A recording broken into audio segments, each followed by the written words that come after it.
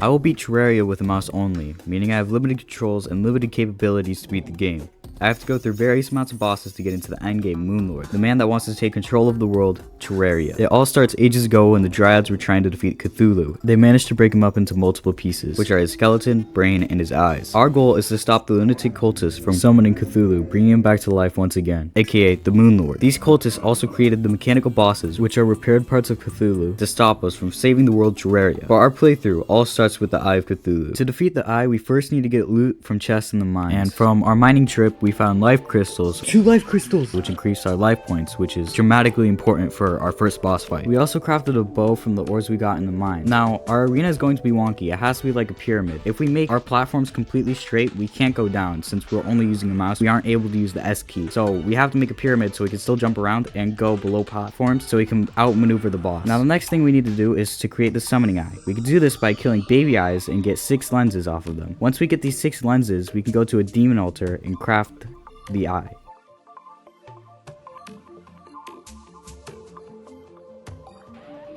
Bro, why is my game being weird?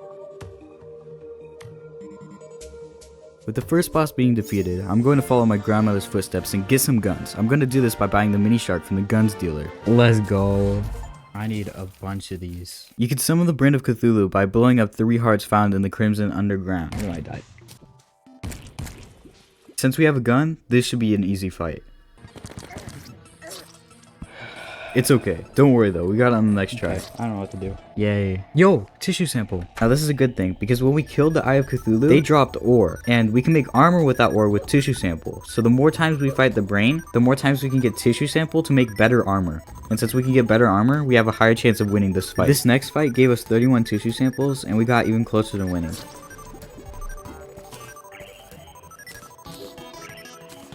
Oh, give me a second. Holy...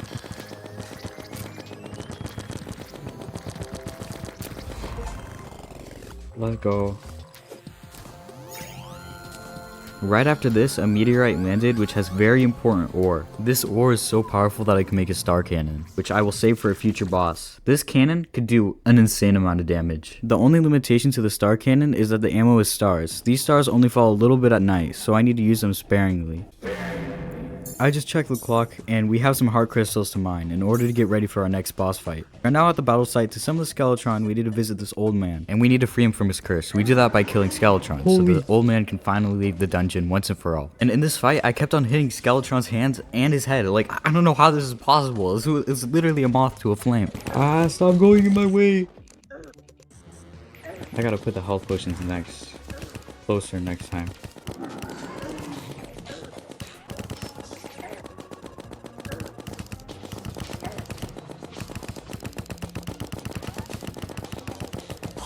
My hand-eye coordination is immaculate. I don't know how I won first try, but it's just a miracle. It is almost time to use our precious star cannon, but first we need to dig all the way down to hell. So, you want to beat the Wall of Flesh, the final boss of pre-Hardmode Terraria. Now that is going to be an extremely tough battle. To beat this boss, you have to have molten armor and some of the best weapons in the game. Being anywhere near the boss will give you the Horrified debuff, which will cause you to instantly die if you leave the underworld, so don't use your magic mirror to try to escape from the boss. The Wall of Flesh is no joke. This man only moves forward in life. He is the main character. If you don't stop running away, or if you have no more platform to run away on, Bo is going to eat you and your family right after. So to stop that, we need to make a long platform to run across. If you underestimate the wall, you're going to be like this guy with no more platform to help him in the fight. Learning off of his experience, I made a platform for half of hell. Now all that's left to do is to sacrifice our guide to summon the Wall of Flesh. I threw 2? Bruh. Why does my game do that? I hate it when that happens. Bro, stop, please.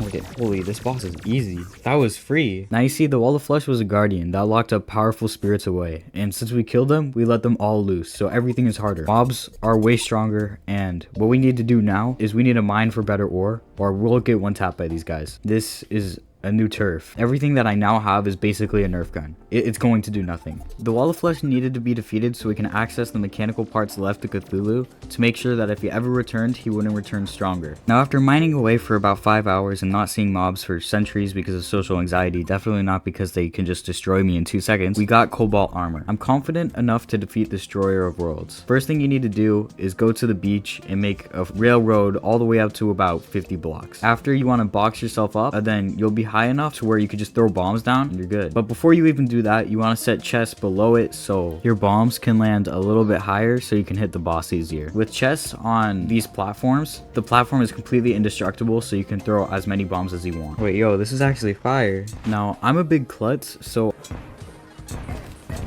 Oh shit. Ah shit.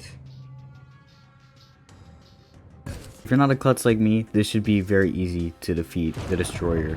Okay, let's go get the loot. We were able to use the Destroyer's loot to make hollowed armor and gear. We should be strong enough to defeat Cthulhu's Eyes once and for all. I ended up forgetting to record the final fight, but just know I went on a full anime training arc, got more life crystals, and went to the Shimmer. This is a pool that has magical properties which makes your gear stronger. From the Shimmer, I improved my life regeneration, mana regeneration, and defense. After, the twins got cooked. With 2 musketeers down, it's time to get the 3rd one. Previously, Skeletron came out of nowhere like the monster under my bed and destroyed me, so that was not good, and I want to get my revenge on this guy. I even placed heart lanterns in my arena for extra life regen. He's going to be destroyed. I got so good that I improved my dodging skills and I even Michael Jacksoned him, bro. He's easy.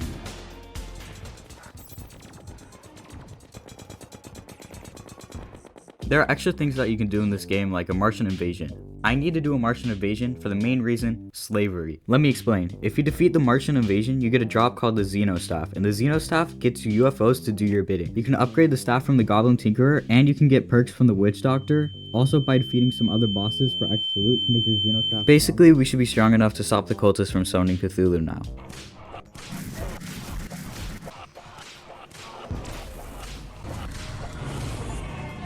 Let's go. No. Cthulhu ended up getting summoned and... Holy...